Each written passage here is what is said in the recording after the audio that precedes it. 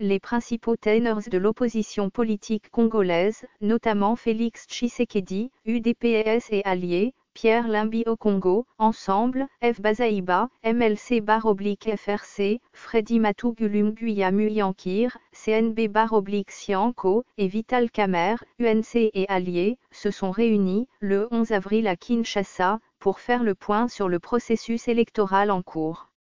Ils se sont dit profondément préoccupés par l'attitude désinvolte de la CENI dans la gestion du processus électoral, réitérant, à la même occasion, leur appel à des mesures correctives pour garantir la crédibilité des résultats des élections attendues au pays. Jugeant, en effet, peu sérieux le travail abattu par la CENI lors de l'enrôlement des électeurs et du nettoyage du fichier électoral, l'opposition a noté qu'elle a présenté les données statistiques incorrectes, en affichant des chiffres manifestement et intentionnellement inexacts. Pour l'opposition, le nombre excessivement élevé de doublons détectés et l'enrôlement irresponsable des bébés et enfants dénotaient aussi d'une tentative de tricherie en amont. Audite le fichier électoral et le serveur central. Pour l'opposition, les dérives constatées dans les opérations d'enrôlement, de nettoyage et consolidation du fichier électoral nécessitent un audit du fichier électoral et du serveur central.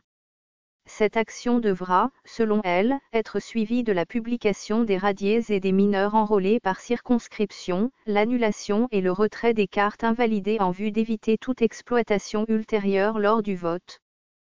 Prenant acte de la position de la Corée et de sa commission électorale qui relève les risques de fraude à grande échelle liés à l'utilisation de la machine à voter, l'opposition a invité le gouvernement de ce pays à annuler simplement le contrat qu'il a signé à l'entreprise coréenne chargée de fabriquer ces machines.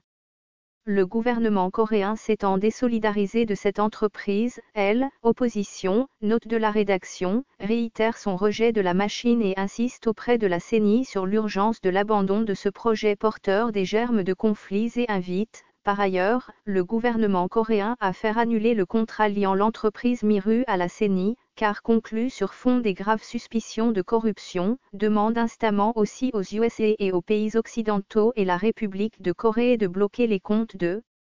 l'entreprise Miru System pour transactions illicites, ont fait savoir les leaders politiques de l'opposition, dans le communiqué qui a sanctionné cette rencontre. L'opposition a, par ailleurs, parlé de détournement car il n'existe aucune ligne budgétaire dans la loi des finances 2018 relative à l'achat des machines à voter.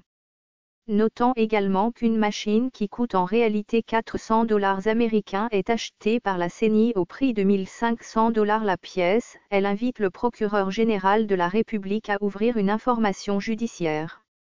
Saluant le renouvellement du mandat de la MONUSCO, les leaders de l'opposition ont invité la communauté internationale à continuer à accompagner le processus électoral en RDC. Notons qu'ils ont également demandé le remplacement du délégué de la composante UDPS au sein du bureau de la CENI, conformément à l'accord de la Saint-Sylvestre. Ce fichier audio a été créé par Panopre Basic, vous pouvez le télécharger sur www.panopreter.com.